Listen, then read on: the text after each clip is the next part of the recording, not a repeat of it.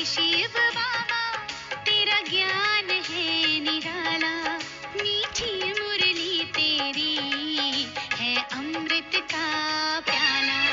ओ प्यारे शिव बाबा तेरा ज्ञान है निराला, मीठी मुरली तेरी है अमृत का प्याला। ओ प्यारे शिव बाबा।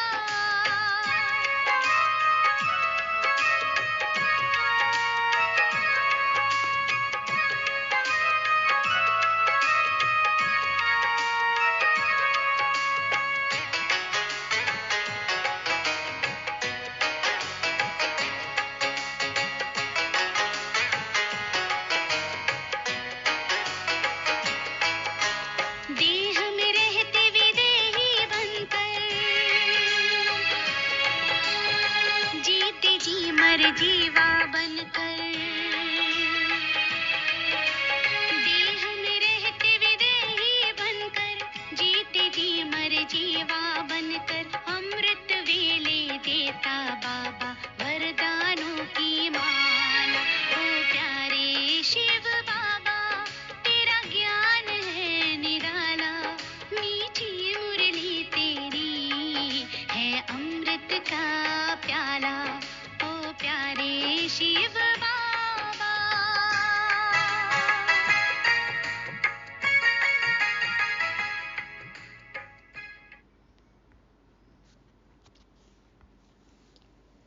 ओम शांति।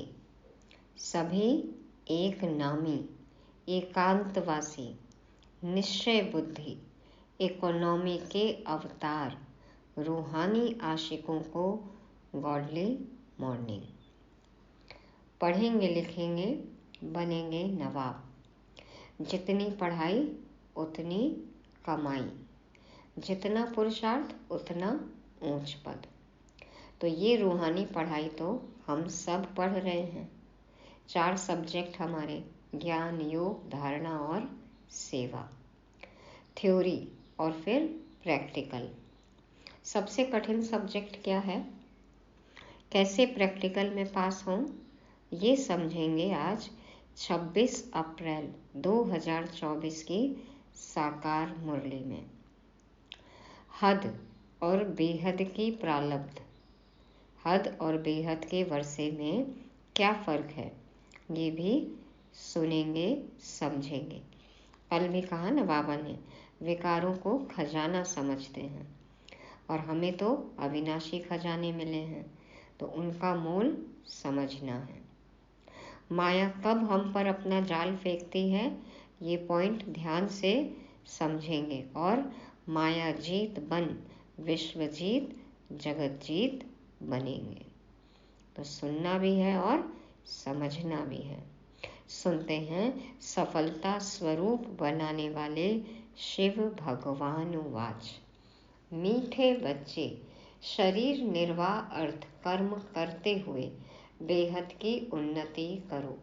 जितना अच्छी रीति बेहद की पढ़ाई पढ़ेंगे उतनी उन्नति होगी। काम धंधा करो, गृहस्थी अपनी संभालो, सब कुछ करो, लेकिन ये बेहद की पढ़ाई जो स्वयं शिव बाबा पढ़ा रहे हैं, हमें ज़रूर पढ़ना है और बेहद की उन्नति करना है। जितना पढ़ाई करेंगे उतनी उन्नति होगी। लौकिक में भी पढ़ाई जॉब एक साथ करते हैं ना, तो हमें भी सब काम करते हुए पढ़ाई पर पूरा ध्यान देना है। प्रश्न, तुम बच्चे जो बेहद की पढ़ाई पढ़ रहे हो, इसमें सबसे ऊंच डिफ़िकल्ट सब्जेक्ट कौन सी है? उत्तर में बाबा कहते, इस पढ़ाई में सबसे ऊंची सब्जेक्ट है भाई भाई की दृष्टि पक्की करना। ये है प्रैक्टिकल सब्जेक्ट। हाँ, कैसे हम सामने वाले को आत्मा भाई देखें। आत्मा आत्मा भाई भाई की दृष्टि पक्की करना, ये इस पढ़ाई में सबसे ऊंची सब्जेक्ट है। बाप ने ज्ञान का जो तीसरा नेत्र दिया है, उस नेत्र से आत्मा भाई भाई को देखो। जरा भी आंखें धोखा न दे, किसी भी देहधारी के नाम रूप में बुद्धि न जाए। बुद्धि में जरा भी विकारी छीछी संकल्प न चलें, यह है मेहनत। इस सब्जेक्ट में पास होने वाले विश्व का मालिक बन जाएंगे। कोई भी देहधारी के नाम रूप में नहीं अटकना है, किसी से भी कोई लगाव नहीं हो, किसी के प्रभाव में नहीं आना है, किसी के लिए कोई भी बेकारी छीछी संकल्प न चले। इसमें मेहनत जरूर है, लेकिन जो ये मेहनत करेंगे इसमें पास हो जाएंगे। बाबा कहते हैं वो विश्व का मालिक बनेंगे। मैं आत्मा और अन्य भी सभी आत्माएं, हम सब आपस में भाई भाई। ओम शांति। बेहद का बाप बैठ बेहद के बच्चों को समझाते हैं। हर एक बात एक हद की होती है, दूसरी बेहद की भी होती है। इतना समय तुम हद में थे, अब बेहद में हो। तुम्हारी पढ़ाई भी बेहद की है। बेहद की बादशाही के लिए पढ़ाई है, इससे बड़ी पढ़ाई कोई होती नहीं। बाबा ने कहा हर बात हद की भी होती है और बेहद की भी होती है। पढ़ाई भी हद की बेहद की, दिन रात भी हद का बेहद का, परिवार भी हद का बेहद का, बाप भी हद का बेहद का, है ना। तो बाबा कहते हैं कि इससे बड़ी पढ़ाई और कोई भी नहीं है। कौन पढ़ा रहे हैं? बेहद का बाप भगवान। शरीर निर्वाह अर्थ भी सब कुछ करना है, फिर अपनी उन्नति के लिए भी कुछ करना होता है। हाँ, स्कूल में देखो सब क्या करते हैं, जितना ज़्यादा बैंक बैलेंस समझते हैं कि ये सबसे ज़्यादा सक्सेसफुल है, इनकी उन्नति हुई है। लेकिन आत्म उन्नति की बात है। बाबा कहते हैं खुद की उन्नति, दिव्य गुणों की धारणा, चरित्र ऊंचा हो, तो फिर अपनी उन्नति के लिए कुछ करना होता है। बहुत लोग नौकरी करते भी उन्नति के लिए पढ़ते रहते हैं। वहाँ है हद की उन्नति, यहाँ बेहद के बाप के पास है बेहद की उन्नति। बाप कहते हैं हद की और बेहद की दोनों उन्नति करो, वो भी करो और ये भी करो। हाँ, दोनों करो, साथ क्या जाएगा? बेहद की उन्नति ना। जो बेहद की कमाई करेंगे संस्कारों के रूप में ये साथ जाती है। अब शरीर निर्वाह अर्थ तो काम धंधा भी करना है, घर गृहस्थी भी संभालनी है, रिश्ते भी तोड़ निभाना ही है, सब कुछ करना है। लेकिन हद की कमाई और बेहद की कमाई का अंतर समझना चाहिए। तो बाबा कहते हैं बुद्धि से समझते हो, हमको बेहद की सच्ची कमाई अब करनी है। यहाँ तो सब कुछ मिट्टी में मिल जाना है। जितना जितना तुम बेहद की कमाई में जोर भरते जाएंगे तो हद के कमाई की बातें भूलती जाएंगे, सब समझ जाएंगे अब विनाश होना है। विनाश नजदीक आएगा तो भगवान को भी ढूंढेंगे। विनाश होता है तो जरूर स्थापना करने वाला भी होगा। दुनिया तो कुछ भी नहीं जानती। तुम प्रजापिता ब्रह्मा कुमार कुमारियां भी नंबरवार पुरुषार्थ अनुसार पढ़ाई पढ़ रहे हो। हॉस्टल में वह स्टूडेंट रहते हैं जो पढ़ते हैं, परंतु यह हॉस्टल तो न्यारी है। बाबा का घर देखो न्यारा है। इस हॉस्टल में तो कई ऐसे ही रहते हैं जो शुरू में चले आए वह रह गए हैं, ऐसे ही आ गए, वैरायटी आ गए। ऐसे नहीं, सब अच्छे आए। छोटे छोटे बच्चे भी तुम ले आए, तुम बच्चों को भी संभालते थे, फिर उनमें कितने चले गए। बगीचे में फूल भी देखो, पक्षी भी देखो, कैसे टिकलू टिकलू करते हैं। यह मनुष्य सृष्टि भी इस समय ऐसे है। छोटे बड़े सभी हैं, फूल भी हैं, पक्षी भी है, फूल में भी वैरायटी है। देखो पक्षी भी कैसे टिकलू टिकलू करते हैं। तो ये मनुष्य सृष्टि भी इस समय ऐसे ही है। हाँ, कितनी वैरायटी है। हमारे में कोई सभ्यता नहीं थी, सभ्यता वालों की महिमा गाते थे, कहते थे हम निर्गुणहारे में कोई गुण नहीं। भल कितने भी बड़े आदमी आते हैं, फील करते हैं कि हम रचयिता बाप और रचना के आदि मध्य अंत को नहीं जानते हैं। लौकिक में भल कितनी भी बड़ी डिग्री किसी के पास हो, लेकिन यथार्थ ज्ञान नहीं है खुद के बारे में और खुदा के बारे में, और सृष्टि चक्र के आदि मध्य अंत को नहीं जानते हैं। फिर वह किस काम के? तुम भी कुछ काम के नहीं थे, अब तुम समझते हो बाप की कमाल है। अब हम भी मास्टर जानी जाननहार हैं, तो ये बाप की कमाल है ना। बाप विश्व का मालिक बनाते हैं, जो राजाई हमसे कोई भी छीन नहीं सकते, जरा भी कोई विघ्न डाल ना सके।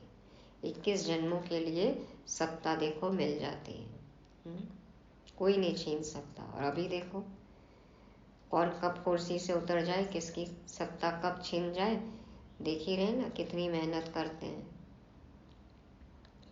तो बाबा कहते हैं ये तो बाप की कमाल है, ऐसी बादशाही देते हैं जो हमसे कोई छीन नहीं सकता 2500 साल तक। और फिर भी हम गवाते हैं, वो भी अपने कमी कमजोरी के कारण, विकारों के कारण, अवगुणों के कारण, देह अभिमान में आने के कारण। तो बाबा कहते हैं ऐसी राजाई मिलती हमें बाबा से जो कोई छीन नहीं सकता, कोई विघ्न डाल नहीं सकता। क्या से हम क्या बनते हैं, तो ऐसे बाप की श्रीमत पर जरूर चलना चाहिए। भल दुनिया में कितनी ग्लानि हंगामे आदि होते हैं, यह कोई नई बात नहीं है।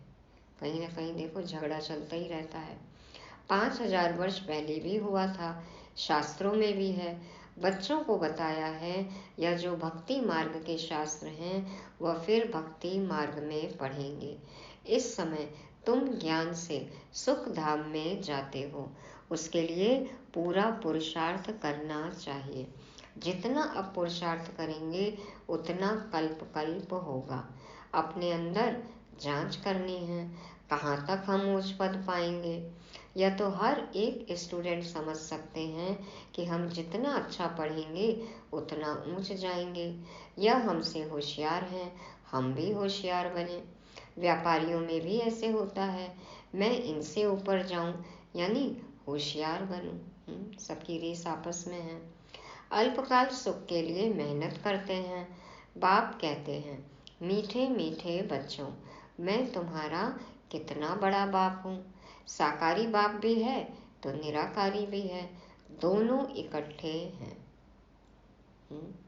अलौकिक बाप भी है और पारलौकिक बाप भी है, बाप दादा दोनों इकट्ठे हैं। दोनों मिलकर कहते हैं मीठे बच्चे, अब तुम बेहद की पढ़ाई को समझ गए हो और तो कोई जानते ही नहीं। पहली बात तो हमको पढ़ाने वाला कौन? भगवान। क्या पढ़ाते हैं? राजयोग। तुम राज ऋषि हो, वह है हठ योगी। वे भी हैं ऋषि परंतु हद के। राज, कर्मेंद्रियों पर हमारा राज, और फिर हम विश्व पर राज करेंगे। ऋषि बेहद के वैरागी, तो उनका क्या है? हद का वैराग्य है। हमारा पुरानी दुनिया से बेहद का वैराग्य है, तो वो हठ योगी हैं। तो वो भी ऋषि हैं परंतु हद के। वह कहते हैं हमने घर बार छोड़ा है, या कोई अच्छा काम किया है क्या? अपनी जिम्मेवारियों से भाग गए, ये कोई अच्छा काम है? तुम घर बार तब छोड़ते हो जब तुमको विकार के लिए तंग करते हैं। उनको क्या तंगी हुई? आज बाबा के पास जो बच्चे आए भी, जो रह रहे हैं, वो भी क्यों घर छोड़े अपना? क्योंकि घर वाले तैयार नहीं थे। अब खुद की उन्नति करनी है, कोई मार्ग पर चलना है, और कोई रोकेगा, विकारों में जाने के लिए कहेगा, और जब पता है कि वो पाप है तो फिर छोड़ेंगे ही ना घर। तो कई बच्चे इसीलिए घर छोड़कर बाबा के साथ आ गए, बाबा के पास आ गए। तो बाबा कहते हैं उनको क्या तंगी हुई जो घर छोड़ा उन्होंने? तुमको मार पड़ी तब तुम भागी हो। एक एक से पूछो, कुमारियों ने, स्त्रियों ने कितनी मार खाई है तब चली आई। कितने अत्याचार हुए ना। देखो इलेक्ट्रिक करंट भी दिया, कितना मारा, बंद किया, खाना नहीं दिया, बहुत अत्याचार किया। हर एक ब्रह्मा कुमार ब्रह्मा कुमारी की कहानी विकारों के पॉइंट को लेके, पवित्रता के पॉइंट को लेके अलग अलग है। शुरू में कितने आए, यहाँ मिलता था ज्ञान अमृत, तो चिट्ठी ले आई कि हम ज्ञान अमृत पीने ओम राधे के पास जा रहे हैं। मम्मा है ना, ओम राधे। यह विकार पर झगड़ा हंगामा शुरू से चलता आ रहा है। बंद तब होगा जब आसुरी दुनिया का विनाश होगा, फिर आधा कल्प के लिए बंद हो जाएगा। अभी तुम बच्चे बेहद के बाप से प्रारब्ध लेते हो। बेहद का बाप सबको बेहद की प्रारब्ध देते हैं।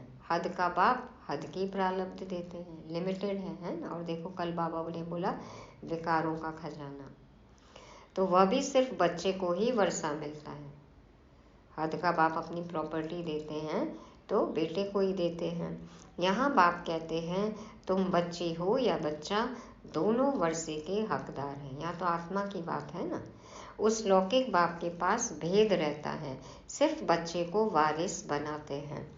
स्त्री को हाफ पार्टनर कहते हैं, कहने को कहते हैं अर्धांगिनी हाफ पार्टनर मिलता है, हाँ कहने को अलग है और देखो कानून के किताबों में अलग है, प्रैक्टिकल में होता कुछ अलग ही है।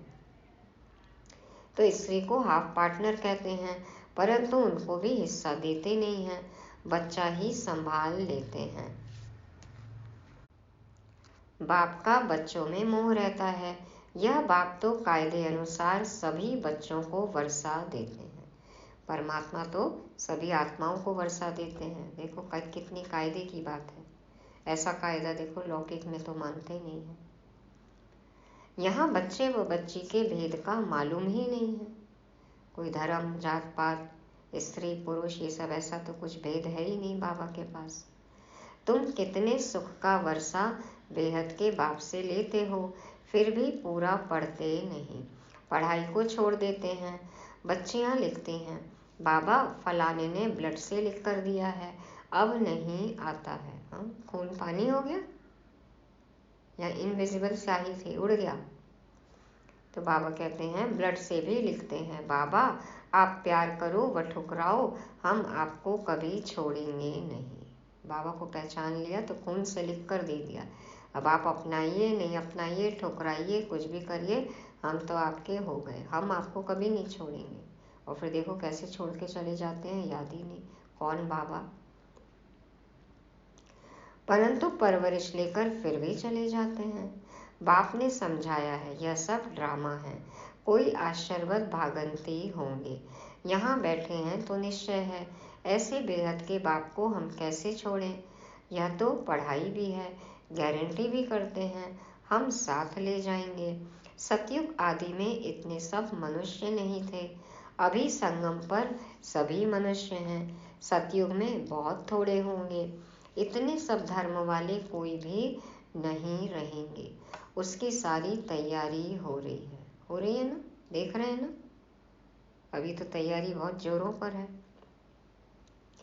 यह शरीर छोड़ शांति धाम चले जाएंगे। अभी जो इतना लड़ाई झगड़ा कर रहे हैं, जो पढ़ाई नहीं कर रहे हैं, बाबा देखो सबको शांति धाम में बैठा देंगे, बैठो अब शांति से यहाँ पे। और जो अभी यहाँ शांति से बैठे हैं, जो पढ़ाई कर रहे हैं, वो चलेंगे स्वर्ग में, सुख धाम में। तो बाबा कहते हैं यह शरीर छोड़ शांति धाम चले जाएंगे। हिसाब किताब चुकतू कर जहाँ से आए हैं पाठ बजाने, वहाँ चले जाएंगे। वह तो होता है 2 घंटे का नाटक, यह है बेहद का नाटक। तुम जानते हो हम उस घर के रहवासी हैं और है भी एक बाप के बच्चे। रहने का स्थान है निर्वाण धाम, वाणी से परे, वहाँ आवाज होता नहीं। मनुष्य समझते हैं ब्रह्म में लीन हो जाते हैं। बाबा कहते हैं आत्मा अविनाशी है, उनका कभी विनाश हो न सके। कितनी जीव आत्माएं हैं। अविनाशी आत्मा जीव द्वारा पार्ट बजाती है, आत्मा शरीर द्वारा पार्ट बजाती है। सब आत्माएं ड्रामा के एक्टर्स हैं। रहने का स्थान ब्रह्मांड वह घर है। आत्मा अंडे मिसल दिखाई पड़ती है, वहाँ ब्रह्मांड में उनके रहने का स्थान है। हर एक बात को अच्छी रीति समझना है। नहीं समझते हैं तो आगे चलकर आपे ही समझ जाएंगे। अगर सुनते ही रहेंगे तो रोज रोज मुरली सुनेंगे तो पॉइंट्स क्लियर होते हैं ना। सुनना ही छोड़ देंगे तो फिर कैसे समझेंगे। और रोज रोज सुनेंगे, अवस्था पक्की होती है, पॉइंट समझ में आते हैं। तो बाबा कहते हैं अपने आप समझ में आएगा यदि सुनते रहेंगे। तो छोड़ देंगे तो फिर कुछ भी समझ नहीं सकेंगे। तुम बच्चे जानते हो यह पुरानी दुनिया खत्म हो, नई दुनिया स्थापन होती है। बाप कहते हैं, कल तुम विश्व के मालिक थे, अब फिर तुम विश्व के मालिक बनने आए हो। गीत भी है ना, बाबा हमको ऐसा मालिक बनाते हैं जो कोई हमसे छीन न सके। आकाश, जमीन आदि पर हमारा कब्जा रहता है, सब पर अधिकार है। देखो अभी तो सब बटे हुए हैं, 5 तत्वों पर हमारा अधिकार रहेगा। इस दुनिया में देखो क्या क्या है, सब है मतलब के साथी। मतलब के संगी साथी कहाँ तक साथ निभाते हैं, कब तक साथ निभाते हैं, है ना अनुभव। तो सब मतलब के साथी हैं। वहाँ तो ऐसे नहीं होगा। जैसे लौकिक बाप बच्चों को कहते हैं, यह धन माल सब कुछ तुमको देकर जाते हैं, इनको अच्छी रीति संभालना। बेहद का बाप भी कहते हैं, तुमको धन माल सब कुछ देते हैं, तुमने हमको बुलाया है, पावन दुनिया में ले चलो, तो जरूर पावन बनाकर विश्व का मालिक बनाऊंगा। बाप कितना युक्ति से समझाते हैं। इसका नाम ही है सहज ज्ञान और योग। कितना सीधा सहज ज्ञान है और योग, बस बाबा को याद करना है। सेकंड की बात है, सेकंड में मुक्ति, जीवन मुक्ति। अब ये 1 सेकंड की बात ही नहीं समझ में आ रही है। कितने सालों से बाबा 1 सेकंड की बात समझाने की कोशिश कर रहे हैं। सुन लिया, पढ़ लिया, लेकिन प्रैक्टिकल में अनुभव होता है 1 सेकंड में जीवन मुक्ति। बाबा कहते हैं, तुम अब कितना दूरादेशी बुद्धि हो गए हो। बुद्धि विशाल हुई, दूर तक का चिंतन चलता है, बेहद की बुद्धि हुई, दूरांदेशी हुई, त्रिकालदर्शी बन गए ना। और बुद्धि दूर देश तक पहुंचती है, परम धाम, सुख धाम। तो बाबा कहते हैं, यही चिंतन होता रहे कि हम बेहद के बाप द्वारा पढ़ रहे हैं, हम अपने लिए राज्य स्थापन कर रहे हैं, तो हम उसमें ऊंच पद क्यों ना पाए। जब हम अपना राज्य बना रहे हैं, स्थापन कर रहे हैं, तो सबसे ऊंचा पद लेना, कम क्यों पाए। राजधानी स्थापन होती है, उसमें भी मर्तबे होंगे ना, दास दासियां ढेर होंगे, वह भी बहुत सुख पाते हैं, साथ में महलों में रहेंगे, बच्चों आदि को संभालते होंगे, कितना सुखी होंगे। सिर्फ नाम है दास दासी, भले वो भी सुखी होंगे, लेकिन हमें उनसे क्या है, हमें तो राजा रानी महाराजा महारानी बनना है ना। तो ये नहीं सोच लेना कि दास दासी सुखी होंगे तो इतने में ही संतुष्ट हो जाए, नहीं। जो राजा रानी खाते वही दास दासियां भी खाते हैं, तो पहले महाराजा महारानी खाएंगे ना। तो प्रजा को तो नहीं मिलता है, दास दासियों का भी बहुत मान है, परंतु उनमें भी नंबरवार हैं। तुम बच्चे सारे विश्व के मालिक बनते हो। दास दासियां तो यहाँ भी राजाओं के पास होती हैं। प्रिंसेस की जब सभा लगती है, आपस में मिलते हैं, तो फुल श्रृंगार किए हुए ताज आदि सहित होते हैं। अभी भी देखो द्वापर में भी जो दरबार सजते थे, तो पूरे साज श्रृंगार के साथ में आते थे ना सब, राजा रानी, राजकुमार राजकुमारी, तो ताज पहनते थे, फुल श्रृंगार। फिर उनमें भी नंबरवार बड़ी शोभनी सभा लगती है, उसमें रानियां नहीं बैठती हैं, वह पर्दे में रहती हैं। अलग अलग जो भी डायनेस्टी चली, उनके अपने अलग अलग रिवाज थे। तो यह सब बातें बाप समझाते हैं। उनको तुम प्राणदाता भी कहते हो, जीव दान देने वाला, प्राण देने वाला, प्राण फूंकने वाला, जीवन देने वाला, घड़ी घड़ी शरीर छोड़ने से बचाने वाला है। कल भी बताया ना बाबा ने, महाकाल, अमर बना देते हैं, काल से तुमको बचाते हैं, काल पर जीत पहनाते हैं। काल समय देखो हम व्यर्थ करते आए, तो उससे भी बाबा हमें बचाते हैं, समय का सदुपयोग करना सिखाते हैं। एक काल तो है काल, अंतिम समय मृत्यु, और एक काल है समय। देखो बाबा कैसे हमें सब चीज से बचाते हैं, अमर बनाते हैं। तो बाबा कहते हैं, घड़ी घड़ी शरीर छोड़ने से बचाने वाला है, वहाँ मरने की चिंता नहीं होती है। यहाँ कितनी चिंता रहती है, अकाले मृत्यु है। देखो थोड़ा कुछ होता तो बुलाएंगे डॉक्टर को कि कहाँ मर न जाए, हाँ, तुरंत डॉक्टर के पास। आजकल क्या है कलयुग में, या तो डॉक्टर के पास लाइन लगती है या भगवान के पास मंदिरों में। कहते हैं ना, डॉक्टर को नाराज करो तो भगवान के पास भेज देगा, भगवान को नाराज करो तो डॉक्टर के पास भेज देगा। ऐसा काम ही क्यों करें, श्रीमत पर चले।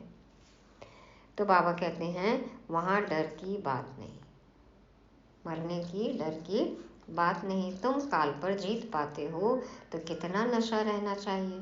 पढ़ाने वाले को याद करो तो भी याद की यात्रा हुई। बाप, टीचर, सतगुरु को याद करो तो भी ठीक है। जितना श्रीमत पर चलेंगे, मनसा वाचा कर्मणा पावन बनना है। बुद्धि में विकारी संकल्प भी न आए।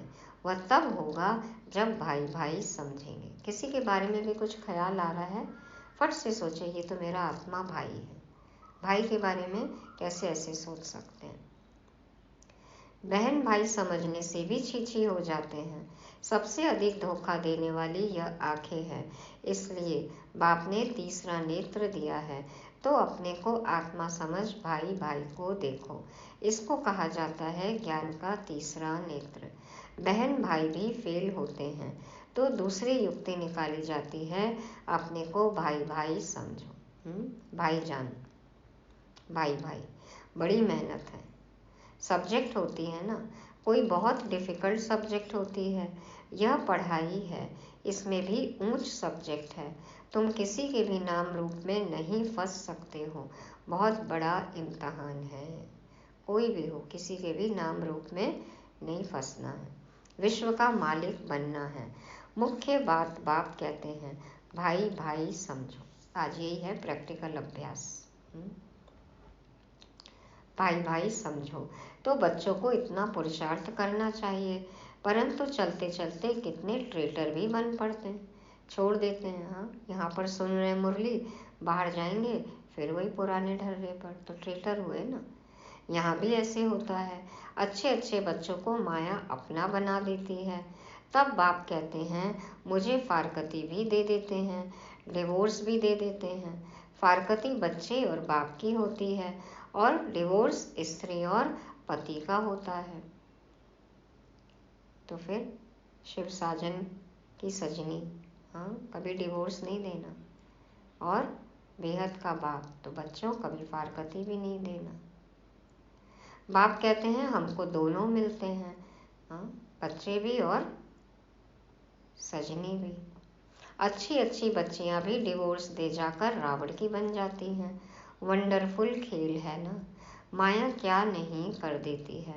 बाप कहते हैं माया बड़ी कड़ी है। गायन है, गज को ग्राह ने खाया। गज को, हाथी को, ग्राह ने, एलिगेटर ने, मगरमच्छ जैसा है एलिगेटर, खा लिया महारथियों को। बहुत गफलत कर बैठते हैं। बाप से बेअदबी करते हैं तो माया कच्चा खा लेती है। बाप से बेअदबी, बाबा का कहना नहीं माना तो ये बेअदबी है। श्रीमत पर नहीं चले तो ये नाफरमान बरदारी है। तो फिर माया तो बैठी ही है खाने के लिए। तो बाप से बेअदबी करते हैं तो माया कच्चा खा लेती है। माया ऐसी है जो कोई कोई को एकदम पकड़ लेती है। माया का फेवरेट नहीं बनना, बाबा के फेवरेट बन जाओ।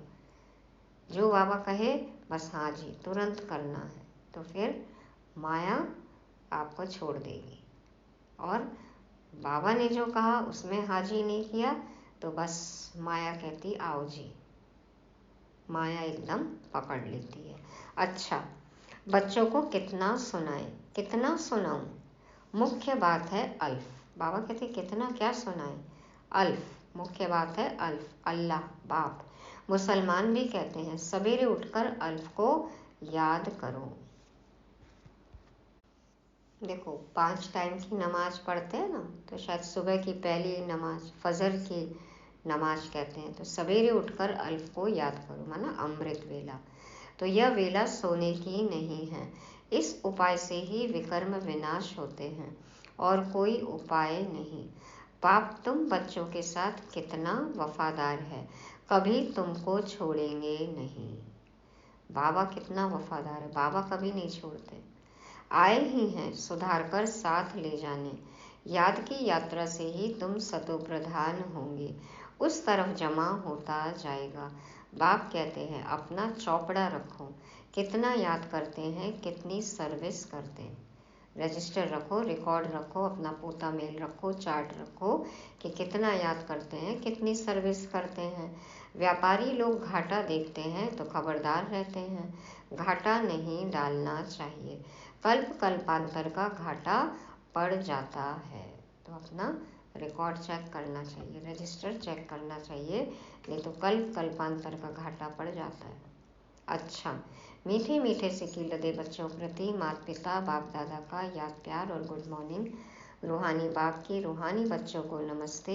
हम रूहानी बच्चों की रूहानी बाप दादा को याद प्यार, गुड मॉर्निंग और नमस्ते। शुक्रिया बाबा, शुक्रिया।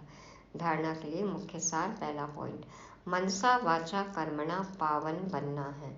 बुद्धि में विकारी संकल्प भी न आए, इसके लिए आत्मा भाई भाई हूँ यह अभ्यास करना है, किसी के नाम रूप में नहीं फंसना है।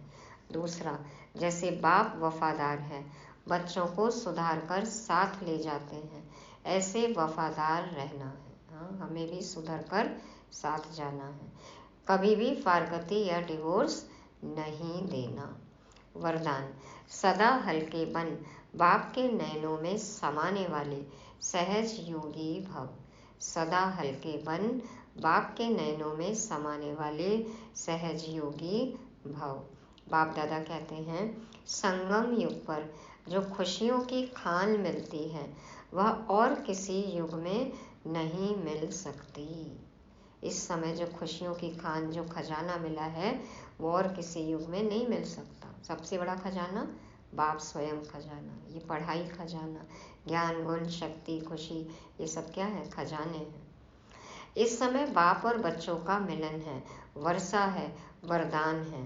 वर्षा अथवा वरदान दोनों में मेहनत नहीं होती, इसलिए आपका टाइटल ही है सहज योगी। किसी से प्रॉपर्टी मिली, वर्षा मिला और वरदान मिला तो फिर मेहनत की जरूरत नहीं है ना, तो इसलिए हमारा टाइटल क्या है, सहज योगी। बाप दादा बच्चों की मेहनत देख नहीं सकते, कहते हैं बच्चे अपने सब बोझ बाप को देकर खुद हल्के हो जाओ, इतने हल्के बनो जो बाप अपने नैनों पर बिठाकर साथ ले जाए। पलकों पर नैनों पे कौन बैठ सकता है, जो बहुत हल्का होगा। बाप से स्नेह की निशानी है सदा हल्के बन, बाप की नज़रों में समा जाना। बाबा से स्नेह है तो हल्के बन, बाबा की नज़रों में समा जाना। बाबा को अपनी नज़रों में समा लो और बाबा की नज़रों में समा जाओ। नैनों पर, पलकों पर बैठकर साथ जाना है। स्लोगन, नेगेटिव सोचने का रास्ता बंद कर दो तो सफलता स्वरूप बन जाएंगे।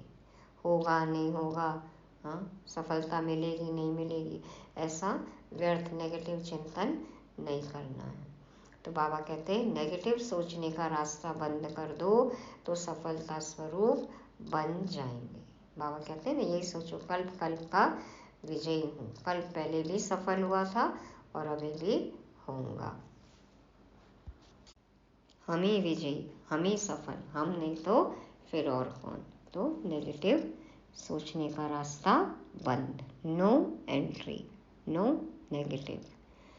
तो ये थी मुरली आज की। रिवाइज करने के लिए आज के पॉइंट, पहला हमेशा याद रखेंगे पढ़ाई से उन्नति, पढ़ाई से ही उन्नति होगी। पढ़ेंगे लिखेंगे विचार सागर मंथन करेंगे तो बनेंगे सतयुगी नवाब। दूसरा प्रैक्टिकल अभ्यास, आत्मा आत्मा भाई भाई, मैं आत्मा जिसको भी देख रहा हूँ वो भी आत्मा भाई। तीसरा वफादार, कभी भी डिवोर्स नहीं देना, फारकती नहीं देना। बाबा वफादार है तो फिर हमको भी वफादार बनना है। चौथा बाप के नैनों में समाना है। कैसे समाएंगे, जब हल्के बनेंगे, सारा बोझ बाप को दे दिया, बाप की नज़रों में समा गए और बाप को अपने नैनों में समा लिया। और पांचवा नेगेटिव का रास्ता बंद, नो नेगेटिव, नो व्यर्थ, नो नेगेटिव। ओम शांति।